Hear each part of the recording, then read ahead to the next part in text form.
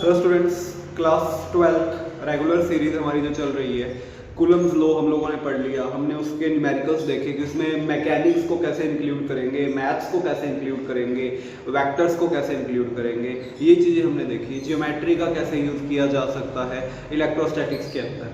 अब अपने उसी सीरीज में एपिसोड 11 शुरू करते हैं, जो कि बेसिकली बताएगा कि आप कूलम्स लॉ को वेक्टर फॉर्म में रिप्रेजेंट कैसे करते हो, और यहाँ से आप ये भी बता सकते हो, आप ये प्रूव कर सकते हो कि जो कूलम्स लॉ होता है, जो लॉ ऑफ इलेक्ट्रोस्टैटिक्स होता है, वो थर्ड लॉ ऑफ मोशन को फॉलो करता है। एक्शन रिएक्शन को वो बच्चों क्या करता है, फॉलो करता है।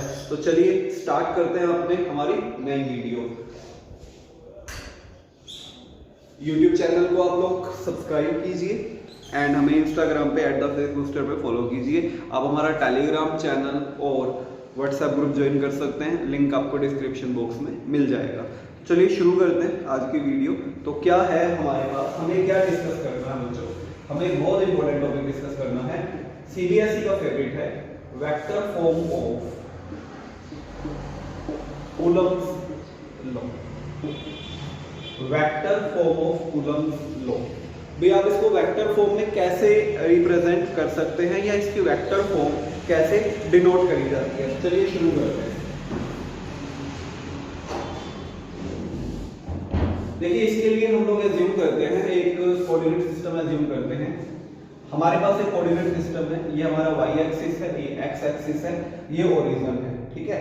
यहां से मान लीजिए r1 एक पोजीशन वेक्टर है, और यहाँ पे कोई पॉइंट P है जहाँ पे हमने चार्ज Q1 पुट कर दिया।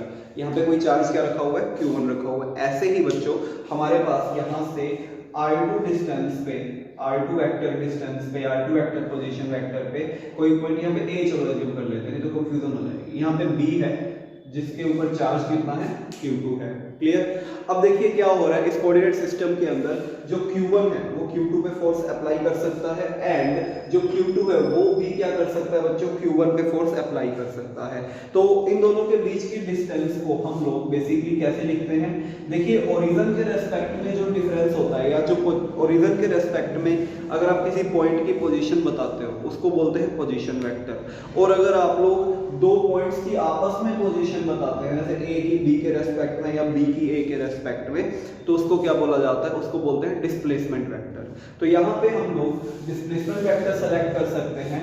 हम लोग इसको r12 वेक्टर बोल सकते हैं, या अगर आप एरो इधर कर लें तो इसको आप r21 वेक्टर बोल सकते हैं। मेरे कहने का मतलब, जिसकी तरफ आपका एरो होता है ना, जिसकी तरफ एरो होता है उसे बाद में लिखा जाता है। जैसे 2 की तरफ एरो है तो r12 लिख दिया, और 1 की तरफ एरो है तो r21 लिख दिया। ये इसको लिखने का तरीका होता है। तो बेसिकली दोनों फोर्सेस, दोनों चार्जेस हमारे पास हैं, कौन कौन, Q1 और Q2, और दोनों के बीच का गैप भी हमें पता है। तो देखिए, अगर मैं आपको एक सिंपल सी बात बोलूं कि Q2 पे Q1 कितना फोर्स लगाएगा, तो क्या लिख सकते हैं, force exerted on Q2 by Q1।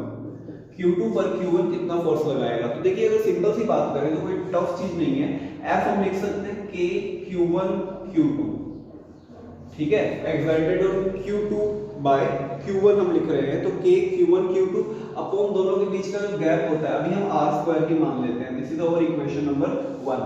अब हम अकॉर्डिंग टू द सिचुएशन चलते हैं। जनरल फॉर्मूला तो ये हमें पता है कूलम्स लॉ से, लेकिन अभी यहाँ पे क्या सिचुएशन डराइव हो रही है कि जो Q2 पे फोर्स लगा रहा है, कौन लगा रहा है, Q1 लगा रहा है। तो Q2 पे जब Q1 फोर्स लगाएगा तो आप इसको क्या लिख सकते हैं, आप इसको लिख सकते हैं force exerted on Q2 by Q1, इस तरह से F21 वेक्टर।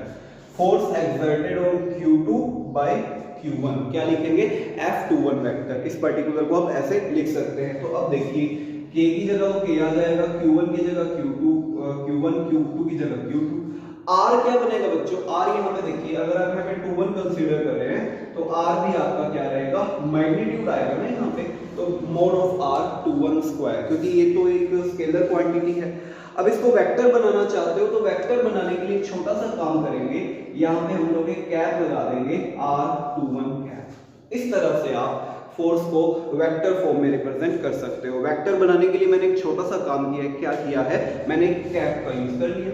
क्या आ गया यहाँ पे, R21 कैप आ गया। तो देखो F21 वेक्टर हमें क्या मिल गया, K Q1 Q2 upon this square into R21 cap. इस तरह से आप वेक्टर फॉर्म इसकी लिख सकते हैं। अब इसको और इलैबोरेट करते हैं कैसे, क्योंकि देखिए जो R वेक्टर है ना, R कैप है, ये क्या है, एक यूनिट वेक्टर है। और यूनिट वेक्टर को कैसे ओपन करते हैं, यूनिट वेक्टर को ओपन करने का तरीका होता है F21 वेक्टर लिखिए, के Q1 Q2 लिखिए अपॉन R21 स्क्वायर यहां तक, ठीक है, इनटू R कैप कैसे लिखते हैं, वेक्टर अपॉन इट्स मैग्नीट्यूड। तो यहां लिखा जाएगा R21 vector upon mode of R21 vector, ऐसे लिखा जाता है। अब इसको थोड़ा सा और अगर अपने सॉल्व करें तो देखो फाइनली हमें जो F21 वेक्टर की वैल्यू मिल गई, ये है कि Q1 Q2 upon mode of R21 cube into बच्चों क्या आ गया R21 वेक्टर। तो ये होता है vector form of Coulomb's law, vector form of electrostatic force. कैसे आया समझ लो फिर से, डायग्राम बना, F की वैल्यू हमें पता है ऐसे लिखी जाती है, force exerted on Q2 by Q1, Q2 by Q1, formula apply किया, डिस्टेंस लगाई, बस यहाँ पे एक नई चीज मैंने क्या की, कैप लगा दिया। अगले स्टेप में इस कैप को ओपन कर दिया और मेरे को क्या मिल गया, इसका वेक्टर फॉर्म मिल गया। क्या आप ऐसे ही F12 वेक्टर निकाल सकते हो, बिल्कुल निकाल सकते हो। F12 वेक्टर कैसे लिखेंगे, सिंपली आप लिख सकते हैं F12 वेक्टर के लिए K रहेगा, Q1 रहेगा, Q2 रहेगा, R21 की जगह क्या आ जाएगा, R12 आ जाएगा इनटू A और R12 वेक्टर। इस तरह से आप F12 को भी लिख सकते हो। तो अब देखिए क्वेश्चन कैसे पूछा जाता है। अगर आपको बोला जाए कि कूलम्स लॉ की इलेक्ट्रोस्टैटिक फोर्स की वेक्टर फॉर्म लिखिए, तब आपने ज्यादा नहीं सोचना, आप चाहे तो ये लिख दें, चाहे ये लिख दें, आप चाहे ये लिख दें, कोई फर्क नहीं पड़ने वाला। आपको हर किसी सिचुएशन में मार्क्स मिलेंगे अगर 1 मार्क्स का क्वेश्चन आता है तो, ठीक है। बट अगर आपको बोला जाए कि prove that Coulomb's law follows third law of motion, तो अब कैसे करेंगे, आइए आगे प्रोसीड करते हैं। ये आपको यहां तक क्लियर होगा, इक्वेशन 3 एंड इक्वेशन 4 तक आपको क्लियर होगा, ठीक है। अब अपने काम करते हैं, प्रूव करते हैं कि कूलम्स लॉ जो है वो लॉ ऑफ एक्शन रिएक्शन को फॉलो करता है। तो आओ देखो, अब हमें डायग्राम की जरूरत नहीं रहेगी, तो देखिए आप ध्यान से आगे क्या करना है हमने। अगर आप ध्यान से देखें 3 और 4 हमारे पास है। देखिए वेक्टर्स के अंदर एक सिंपल सी बात होती है जिनको अपने बोलते हैं ऑपोजिट वेक्टर्स। वेक्टर्स की एक सिंपल सी कहानी होती है। आप वेक्टर्स को कुछ ऐसे लिख सकते हैं, R21 वेक्टर को आप माइनस ऑफ R12 वेक्टर इस तरह से लिख सकते हैं। R21 वेक्टर को आप माइनस ऑफ R12 वेक्टर लिख सकते हैं, या R12 वेक्टर को माइनस ऑफ R21 वेक्टर लिख सकते हैं, आपकी मर्जी है। या आप यहाँ पे क्या कर सकते हैं, R12 vector equal to minus of R21 vector भी लिख सकते हैं, आपकी मर्जी है। तो अब या तो आप R21 की जगह माइनस R12 लिख दें, या R12 की जगह माइनस R21 लिख दें, आपकी मर्जी है। क्योंकि वेक्टर्स कैसे हैं, ये डायरेक्शन में ऑपोजिट है। डायरेक्शन में ऑपोजिट के लिए फिजिक्स में वेक्टर्स में किसका यूज करते हैं हम लोग, माइनस का यूज करते हैं। तो क्या लिखा जाए यहाँ पे, अगर हम इसमें से किसी भी एक कंडीशन को उठाते हैं, तो मान लीजिए मैं F12 को रिप्लेस करता हूँ, F12 को F12 लिखा मैंने यहाँ पे, F12 वेक्टर के Q1 Q2, R21 की जगह क्या लिख दूं मैं, माइनस R12 लिख देता हूं, ठीक है। यहाँ पे R21 था, यहाँ पे R12 था, यहाँ पे R12 था, सॉरी, R12 की जगह हम लोग क्या लिखे, माइनस ऑफ R21 लिख देते हैं। ऐसे मैं रिप्लेस किया हूं इक्वेशन 4 को, तो यहाँ क्या आ जाएगा, माइनस R21 वेक्टर। इस तरह से इक्वेशन 4 को मैंने रीराइट किया है, इक्वेशन 4 को रीराइट किया कैसे, R12 को माइनस ऑफ R21 से रिप्लेस करके। तो अगर आप देखें, ये देखिए तो मैग्नीट्यूड है, मोड है, तो यहाँ से तो जो भी निकलेगा बच्चों पॉजिटिव ही निकलेगा। आप क्यूब पे मत जाना, आप इस मोड पे जाना, तो बेसिकली आप इसको ऐसे लिख सकते हैं और यहाँ पे आ जाएगा ये, ठीक है। लेकिन ये है किसकी वैल्यू, F12 वेक्टर की वैल्यू है। अब अगर ये सिचुएशन हम लोग थोड़ा ध्यान से देखें, ये सिचुएशन थोड़ा ध्यान से देखें, ये जो आप वैल्यू देख पा रहे हो, इस माइनस को छोड़ दिया जाए तो क्या है ये, क्या ये F12 वेक्टर है? अगर आप माइनस को छोड़ दें तो हाँ, ये F12 वेक्टर है। आप इस माइनस को अगर छोड़ दें तो बेसिकली ये सारा का सारा क्या है, F21 वेक्टर है। आप इस माइनस को छोड़ दो, इस माइनस को छोड़ दो, सारा का सारा F21 वेक्टर है। तो क्या लिख सकते हो, F12 vector equal to minus of F21 vector. तो यही तो होता है लॉ ऑफ एक्शन रिएक्शन। दो फोर्सेस होते हैं, मैग्नीट्यूड में सेम होते हैं, अगर आप इनका मैग्नीट्यूड चेक करेंगे, मोड लगा देंगे तो सेम ही तो आएगा। मोड माइनस को खत्म करेगा, मैग्नीट्यूड सेम है। दो फोर्सेस होते हैं, मैग्नीट्यूड में सेम होते हैं, बट डायरेक्शन में क्या होते हैं, अपोजिट होते हैं। माइनस साइन बता रहे हैं, डायरेक्शन में अपोजिट होते हैं। तो यहां से हम कह सकते हैं कि जो कूलम्स लॉ होता है, इलेक्ट्रोस्टैटिक फोर्स जो होता है, वो लॉ ऑफ एक्शन रिएक्शन को क्या करता है, फॉलो करता है। थर्ड लॉ ऑफ मोशन को क्या करता है, वो फॉलो करता है। यही हमें प्रूव करना था। होप आपको ये कंसेप्ट समझ आया होगा, होप आपको vector form of Coulomb's law समझ आई होगी। इंपॉर्टेंट है, समझ रहे हो क्या करना है। F12 वेक्टर निकालना है, F21 वेक्टर निकालना है, फिर हमें R12 और R21 में रिलेशन चाहिए, वो हम इजीली वेक्टर्स के लॉज का यूज करके निकाल लेंगे। फिर क्या करेंगे, वैल्यू पुट करेंगे, जैसे वैल्यू पुट करेंगे हमें हमारा आंसर मिल जाएगा। समझ गए? तो इस तरह से आप इसको सोल्व कर सकते हो। अब इस पे न्यूमेरिकल्स देख लें। इस पे न्यूमेरिकल्स काफी आते हैं और आप आसानी से कर सकते हैं, तो इनको पॉज करके सारा नोट कर लेना आप पूरा का पूरा। लो आइए हम लोग इस पे न्यूमेरिकल सोल्व करते हैं। जैसे आपको बोला गया, find out force on 2 microcoulomb charge at 010 due to 6 microcoulomb charge at 10-1। ठीक है, हमसे इसके बारे में पूछा गया कि आपको 2 माइक्रोकूलम पे फोर्स निकालना है, किसकी वजह से, 6 माइक्रोकूलम की वजह से। तो मैं आपको एक सिंपल सी बात बताता हूँ इसमें।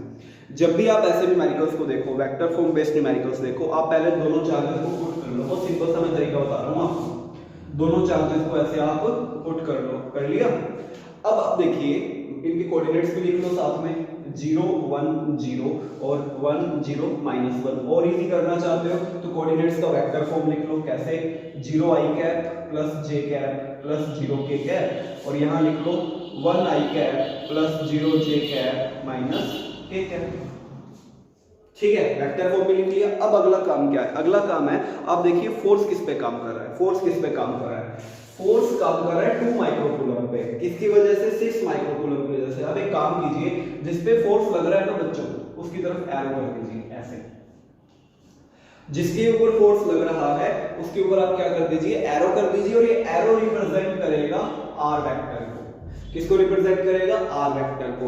तो जिसकी तरफ एरो का हेड है वो आपके लिए बड़े कोऑर्डिनेट्स रहेंगे, मतलब उसमें से आप माइनस करेंगे, और जिसकी तरफ एरो का टेल है वो आपके लिए छोटे कोऑर्डिनेट्स रहेंगे। ठीक है, ये आप समझिएगा। फिर से देखिए, 2 माइक्रोकूलम और 6 माइक्रोकूलम के बीच में फोर्स काम कर रहा है, बिल्कुल कर रहा है। किस तरह से कर रहा है, 2 माइक्रोकूलम 0 1 0 पे है, 6 माइक्रोकूलम 1 0 -1 पे। हमने सारा लिख दिया। फोर्स 2 पे कर रहा है तो मैंने एरो एडजस्ट करी इधर। एरो का हेड किधर हो गया, 2 माइक्रोकूलम की तरफ, एरो का टेल किधर हो गया, 6 माइक्रोकूलम की तरफ। तो आर वेक्टर की जो वैल्यू मैं लिखूंगा यहाँ पे, वो क्या लिखी जाएगी, हेड माइनस टेल, मतलब जे कैप ही रहा इधर, तो माइनस आई कैप माइनस के कैप, ये बचा, ये 0 हो गया। ठीक है, समझ गए? चलो सॉल्व कर दो। तो ये आ जाएगा J cap minus I cap plus K cap, या finally we will write the answer minus I cap plus J cap plus K cap. तो आर वेक्टर की वैल्यू हमें मिल जाएगी। अक्सर बच्चों को आर वेक्टर निकालने में प्रॉब्लम होती है, अब नहीं होगी। आपने सिर्फ क्या करना है, जिस पे फोर्स लग रहा है उसकी तरफ हेड कर देना है, दूसरे की तरफ क्या कर देना है, टेल कर देना है। That's it. अब आप फाइनली आंसर लिख सकते हैं। कैसे, एफ वेक्टर होता है बच्चों के q1 q2 bye mod of r cube into r cap. ठीक है, अब तो सारी वैल्यूज तो पुट करनी है। तो देखो, पहले मोड ऑफ आर भी निकालना, इसकी भी जरूरत पड़ेगी। तो मोड ऑफ आर निकालना तो बहुत आसान है, कितना आ जाएगा, √3 आ जाएगा। अगर आपको मोड ऑफ आर नहीं निकालना आता तो हमारी पैरेलली वेक्टर्स के ऊपर एक सीरीज चलेगी, बेसिक मैथ से एक सीरीज चल रही है जिसमें डिफरेंशिएशन ओवर हो चुका है, और बाकी आगे का मैथ्स इंटीग्रेशन और वेक्टर्स आपको बहुत जल्दी वहां पे मिलेंगे, तो आप वहां से सीख सकते हैं। ठीक है, चलिए मोड ऑफ आर आ गया। अब क्या करो, वैल्यू पुट करो, बस खत्म क्वेश्चन, कुछ नहीं बचा। के q1 q2 हमें पता ही है, वैल्यू पुट कर सकते हैं। √3 क्यूब और r कैप कैसे लिखते हैं, r vector upon its magnitude, ये पहले ही आ चुका है, रूट 3 क्यूब हो ही चुका है, तो r वेक्टर फॉर्म में लिख लें, ये ऐसे लिख लेते हैं, ज्यादा बेटर है, r वेक्टर फॉर्म में लिख लें, r कैप होता तो स्क्वायर आता, ये हमारा फाइनल आंसर आ गया। आप k q q सब की वैल्यू लिखिए, आपका आंसर आ जाएगा। कांसेप्ट समझ आया आपको?